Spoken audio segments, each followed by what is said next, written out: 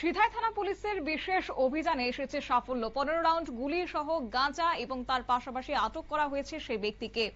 এও খবর যে মন্তলা গ্রাম পঞ্চায়েতের সেই ব্যক্তি গোপন সংবাদের ভিত্তিতে সিধাই থানাধীন মন্তলা এলাকায় এক বাড়িতে অভিযান চালিয়ে পিস্তল সহ 41 কেজি শুকনো গাঁজা উদ্ধার হয়েছে এবং উত্তম দেব নামে এক নেশা কারবারিকে গ্রেফতার করতে সক্ষম হয় পুলিশ।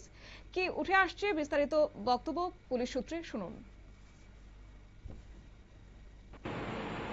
গতকাল রাত্রে একটা গোপন সংবাদের ভিত্তিতে এসটিএফ টেনকপ পুলিশ পার্সোনাল সিধাই থানা সিআরপিএফ পিএসএফ পার্সন সিধাই থানাধীন সিমনা অঞ্চলের মন্তলা এরিয়াতে একটি বাড়িতে রেড করে। রেডের সময় 41 কেজি গাঁজা পাওয়া যায় এবং একটা পিস্তল এবং 15 রাউন্ড গুলি পাওয়া যায়।